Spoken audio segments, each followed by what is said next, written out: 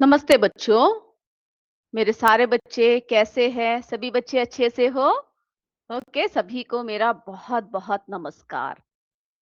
तो बच्चों, आज हम जो है हमारा इकाई यानी हमारा चैप्टर शुरू करने से पहले हर बार की तरह हम क्या करते हैं? कुछ अच्छे विचारों के साथ जो है अपने इकाई को, अपने क्लास को शुरू करते हैं। ओके? तो आज का विचार हम स्वामी विवेकानंद जी से है।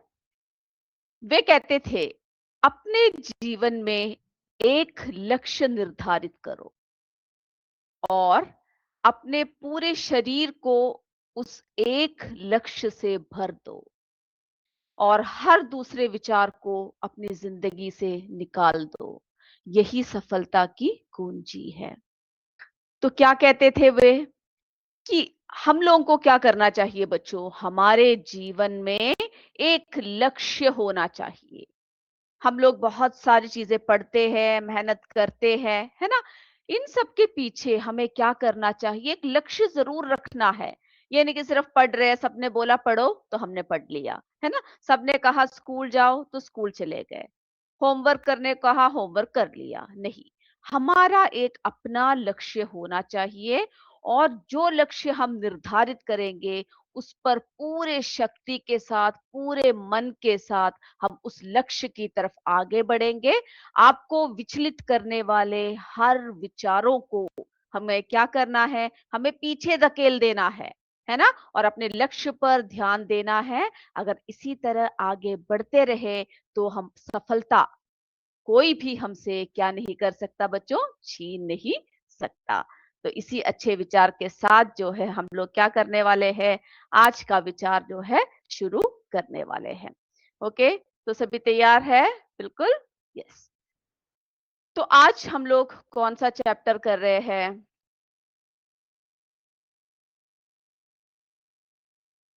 तो हमारा आज का चैप्टर का नाम है ना, सेकंड चैप्टर कर रहे हैं, दूसरा इकाई कर रहे हैं, diversity in the living world यानी सजीव जगत में विविधता। इसके बारे में हम क्या कर रहे हैं बच्चों? डिस्कस कर रहे हैं। और आज हम चर्चा करेंगे पौधों का समूह बनाना, है ना? Grouping of plants. तो पेड़ पौधों के बारे में हमें जो है बहुत सारी बातें पता है ना? और भी आगे हम लोग क्या करने वाले हैं? इसके बारे में और जानकारी जो है लेने वाले हैं। तो मेरे सारे बच्चे बिल्कुल तैयार रहिए। तो सबसे पहले हमारे मन में आता है, पौधों का समूह कैसे बनाए? है ना? आप सोचते हो ये बात? बताइए मुझे। How to group plants. तो चलिए हम देखते हैं पौधों का समूह जो है वो किस तरह से बनाया। तो बच्चों, पौधों में क्या होती है? हर पौधे क्या एक जैसे होते हैं? मुझे जवाब दीजिए आप। बताइए, हर पौधे क्या एक जैसे होती है? नहीं होती है ना? कई पौधे क्या होते हैं? पौधों में समानताएं होती है, कई पौधों में भिन्नताएं होती है ना? Plants have similarities and differences. Okay, तो उनके हिसाब से हम लोग क्या कर सकते हैं? उन्हें ग्रुप कर सकते हैं बेस्ड ऑन दीज कैरेक्टरिस्टिक्स, है ना? तो पौधों में समानताएं और भिन्नताएं होती है। इन्हीं विशेषताओं के आधार पर उनका क्या बना सकते हैं? बिल्कुल सही, ग्रुप बना सकते हैं, समूह बना सकते हैं, है ना? तो वर्गीकरण के आधार को जरा देख लेते हैं हम लोग। Basis of classification.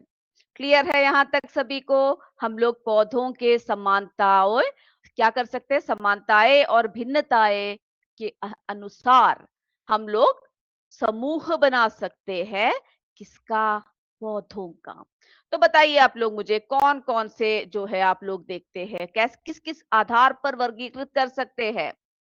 बिल्कुल सही कह रहे हो, फूल, है ना? फ्लावर्स। यानी आपने देखा होगा कई पौधे कैसे होते हैं बच्चों?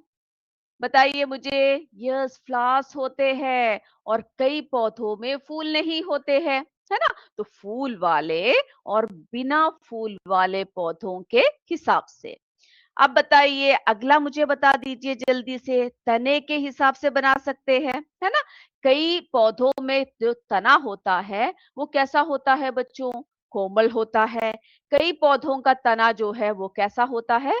कठोर होता है। कई स्टेम कैसे होते हैं? सॉफ्ट होते हैं, है ना? कई पौधों के जो प्लांट्स के स्टेम्स होते हैं वे कैसे होते हैं? उसका स्टेम जो है वो हार्ड होता है। ओके। अब अगला जो है ऊंचाई के हिसाब से कर सकते हैं। आप क्या मुझे बताइए, हर पौधे क्या एक जैसे बढ़ते हैं? मेरे बच्चे कमेंट बॉक्स में आंसर्स कर सकते हैं।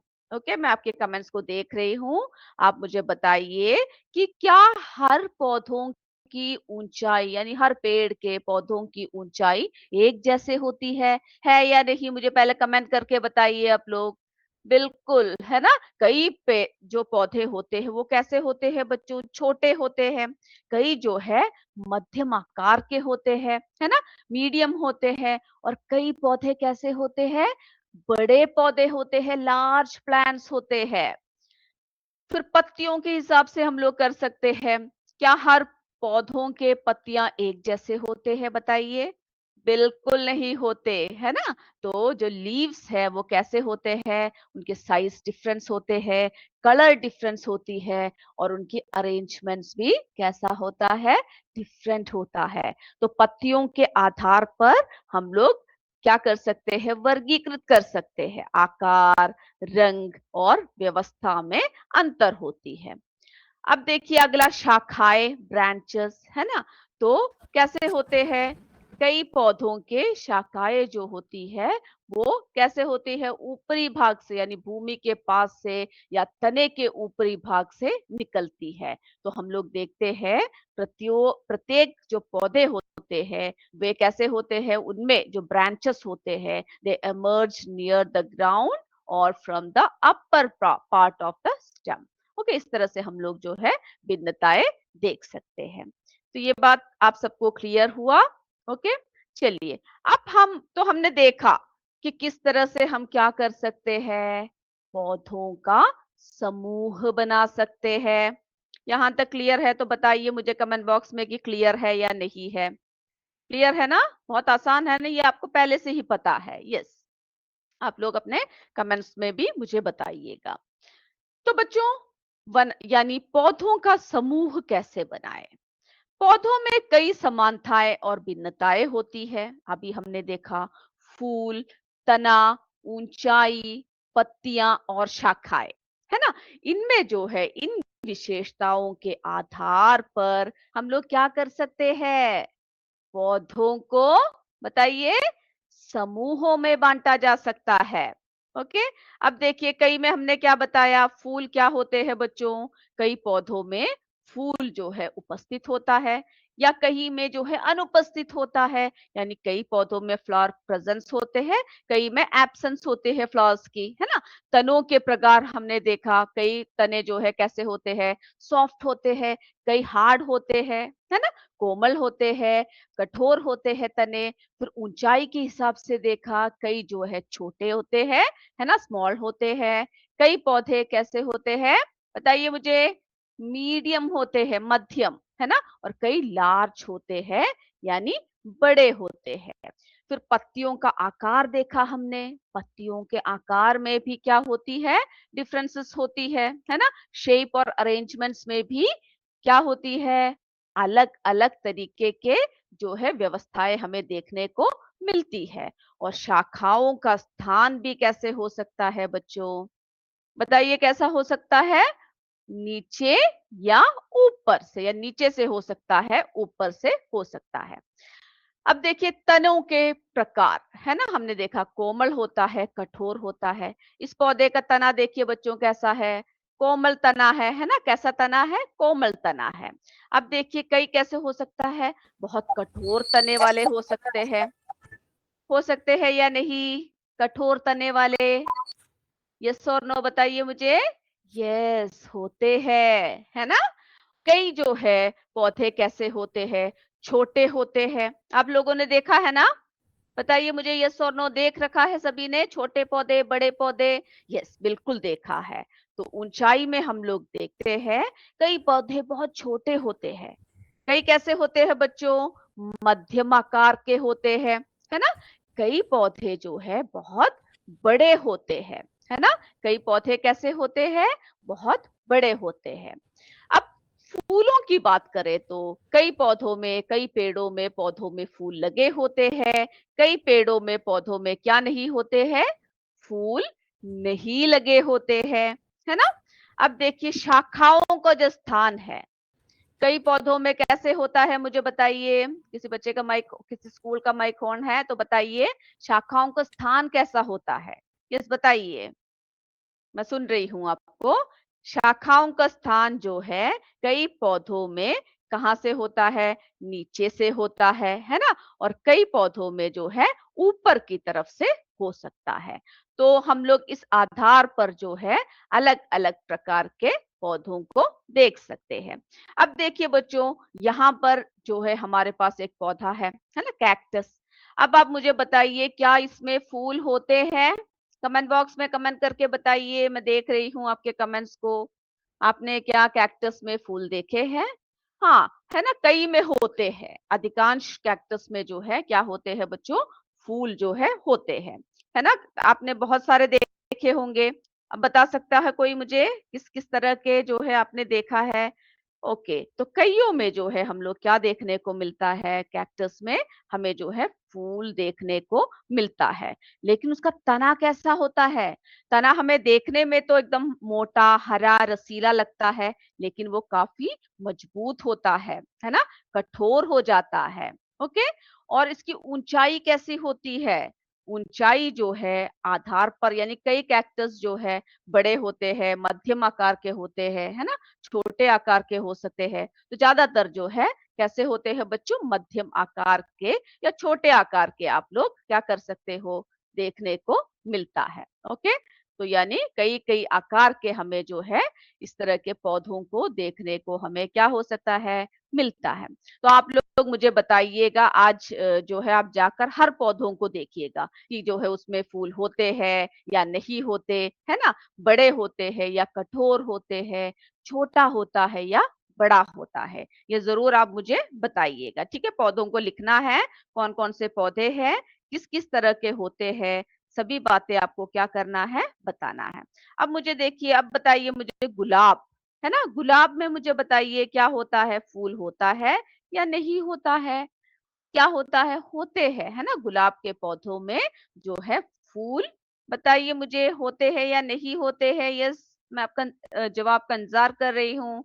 बिल्कुल सही कहा, गुलाब में जो है फूल होते हैं, है ना? तना कैसा होता है? बताइए। कठोर होता है ना? गुलाब का जो तना है वो कैसा होता है? कोमल या कठोर? कठोर तने होते हैं, है ना? और इसकी जो ऊँचाई है ज़्यादातर मध्यम आकार के होते हैं और गुलाब पर निर्भर करता है कि किस तरह का जो है आकार हो, उसकी ऊंचाई हो, है ना? गुलाब के किस्म के अनुसार जो है क्या हो सकता है बच्चों? ऊंचाई अलग-अलग हो सकता है ना? अब देखिए आम का जो पेड़ है, उसमें क्या फूल होते हैं? हाँ, होते हैं, है ना? उसमें जो है तना कैसा होता है? कठोर होता है। ऊंचाई कैसा होता है? बड़ा होता है और कई ये भी जो है नस्ल पर क्या करता है? डिपेंड करता है कि किस-किस तरह का ऊंचाई हो। तो ये आप इस तरह से बहुत सारे पौधों के बारे में बोल सकते हो, बता सकते हो। तो बच्चों कोमल तना जैसे कि तुलसी हुआ, धनिया हुआ, है ना? कैसा होता है? पतला होता है, लचीला होता है, हरा तना होता है, जो कोमल होते हैं और आसानी से मोड़ा जा सकता है। अब मुझे बताइए कठोर तने कैसे होते हैं? जैसे नीम का, आम का, है ना? मोटा होता है कि नहीं? यस और नो? बिल्कुल होता है ना? मजबूत होता है, फिर जो है किस तरह का होता है? कठोर होता है ना? कैसा होता है बच्चों? कठोर होता है और अधिक टिकाऊ होता है कि नहीं? यस, बिल्कुल होता है। तो बच्चों ये था हमारे पौधों के बारे में। अब मुझे आप एक और बात बताइए, हम लोग जो है पौधों को पानी देते हैं। आपके घरों में पौधे हैं, आप लोग उसमें पानी देते हो या नहीं देते हैं? बताइए मुझे। बिल्कुल देते हैं, रोज यानी ज्यादातर हम लोग क्या करते हैं, पानी देते हैं। तो कभी आपने सोचा है जो पानी आप देते हो, वो पानी जाता कहाँ पर है ना? कहाँ पर जाता है? आप जड़ों में पानी डालते हो, है ना?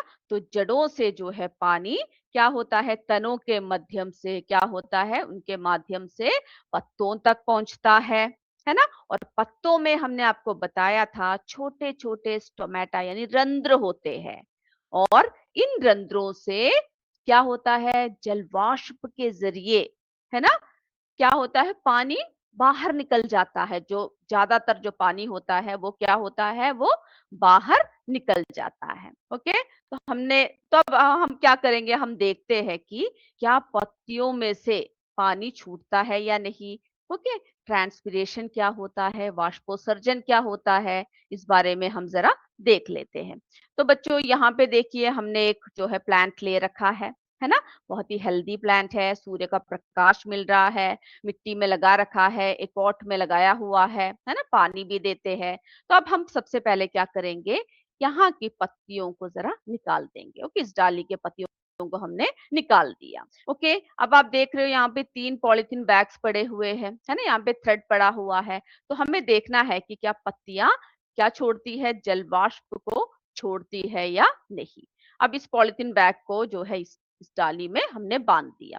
अब यहाँ पर एक डाली देखो, इसमें बहुत सारे पत्ते हैं। ओके, अब हम क्या करेंगे, अगला पॉलीथीन की थाली जो है, थैली क्या करेंगे, इसमें इस बैग को इसमें बांध दिया। ओके, अब जो यहाँ पर जो एक पॉलीथीन की जो बैग रखा हुआ है उसको यहाँ पर खाली ही बांध देंगे। अब हमें कुछ समय तक वेट करना है। ओके, हमने यहाँ पे 2-3 घंटे क्या किया, वेट किया। अब आप देख सकते हो क्या देखने को मिल रहा है, मुझे बताइए जल्दी से। ये सारे बच्चे बताइए, आपको इन पॉलिथीन की थैलियों के अंदर क्या दिख रहा आपको सबसे ज्यादा जो जलवाष्प दिख रहा है ना? सबसे ज्यादा जलवाष्प जो है कहाँ, कौन से पॉलिथीन में दिख रहा है? तो सबसे पहले हम जरा इसको देखते हैं जिसमें पत्तियां हैं। यहाँ पे ज्यादा दिख रहा है, ज्यादा जलवाष्प दिख रहा है कि कम दिख रहा है? मुझे कमेंट करके बताइए। यस, ज्यादा दिख रहा है या कम दिख रहा है?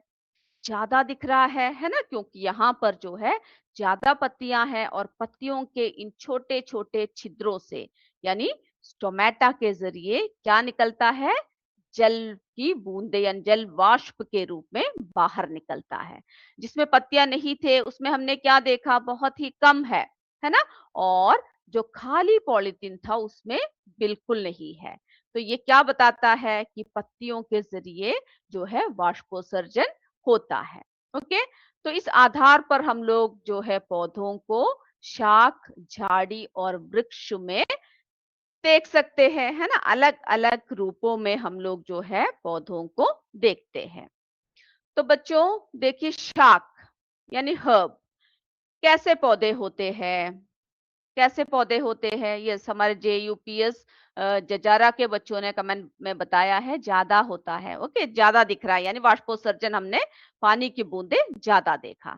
इसी तरह से मुझे सारे स्कूलों के कमेंट्स आने चाहिए कि आपको जो है क्या लग रहा है। चलिए बच्चों, तो हम लोग शाक की बात कर रहे हैं। कैसे पौधे होते हैं? जिनके तने हरे होते हैं, कोमल होते हैं, है ना? और ये पौधे आमतौर पर छोटे होते हैं और इनका जीवन काल कैसा होता है, छोटा होता है ना? जैसे टमाटर का पौधा, गेंदे का, ये सब आपने देखा होगा। अब झाड़ी कैसे होता है, शब जिसे कहते हैं, वे पौधे होते हैं जिनके तने कठोर होते हैं लेकिन बहुत मोटे नहीं होते, है ना? और तनों के आधार के पास क्या निकलता है, आधार के पास से शाखाएं निकलती है जिन्हें हम झाड़ी कहते हैं। अब देखिए, झाड़ियां आमतौर पर पेड़ों से छोटी होती है ना? उदाहरण के लिए आप लोग बता सकते हो कौन कौन से उदाहरण है? बिल्कुल सही सही बता रहे हो, गुलाब के, है ना? बोगनविलिया के, मेहंदी के, गुड़हल के, ये सभी जो है उदाहरण है। ओके, अब मुझे बताइए, वृक्ष, वृक्ष कौन से होते हैं? वृक्ष वे पौधे होते हैं जो ऊंचे होते हैं, जिनका एक मजबूत काष्ठीय तना होता है ना? आप सबने देखा होगा, वृक्षों में एक मुख्य तना होता है, जिससे क्या निकलता है बच्चों? शाखाएँ निकलती है ना? और वृक्षों का जीवन काल लंबा होता है। उदाहरण के लिए बहुत सारे वृक्ष हैं। आप लोग कुछ उदाहरण बताइए मुझे। यस? ओके। तो आम का, है ना? जैसे नीम का, बरगद का, पीपल का, ये सब किसके उदाहरण है? वृक्षों के उदाहरण हैं। तो आज जितनी भी बातें आपको बताई है, मैं उम्मीद करती हूँ मेरे बच्चों को अच्छे से समझ में आया है ना? तो अभी जो है हमारे विज्ञान के क्लास का समापन का समय हो चुका है। अभी आप अपने जो है अगले सेशन के लिए तैयार रहिएगा और बताइएगा आपको विज्ञान के क्लासेस कैसे लगे, होल्ड ज़रूर कीजिएगा। तो आज का क्लास यही समाप्त करते हैं। जय विद्या शक्ति, जय हिंद, जय भारत। धन्यवाद बच्चों। Thank you sir.